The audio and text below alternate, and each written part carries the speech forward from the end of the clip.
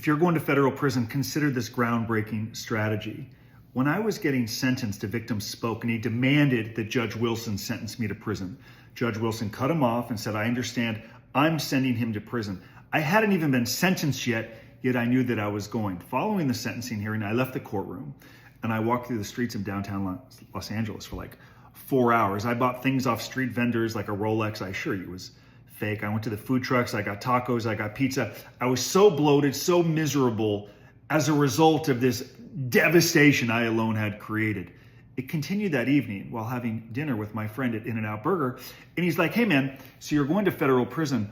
What are you going to do there? And I'm like, hold on, man. Like, I'm eating. He's like, you're eating a lot. I'm like, I'm good. Have you ever eaten so much, but the food's in front of you and you're like, I have the discipline and character to power through. I'm going to finish it off. So he's like, so what are you going to do in prison? I'm like, not a damn thing. He's like, nothing?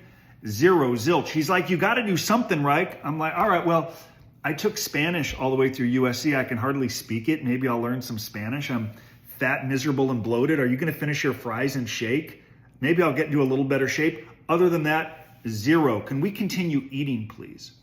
If you're going to federal prison, maybe you should be like me, underachieve, because I get so many calls from moms, daughters, sons who tell me they visit with their loved one in prison and they are devastated because their loved one made promises about what they would do in prison: create, build, get in better shape, grow their network, prepare for the hardest part as a white-collar criminal, which I am, coming home. Then they're like, he's just kind of narcissistic. And when I question him on it, he puts it back on me. And I'm more disappointed than ever because he said he was going to do something he didn't. There's the strategy.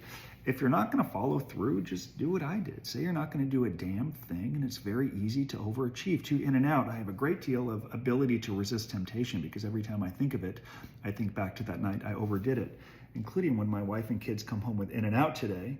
I don't need any of it because I go back to that sentencing day in 2008 and the life that I led and the embarrassment that I was, and I want no part of it. Do better than me.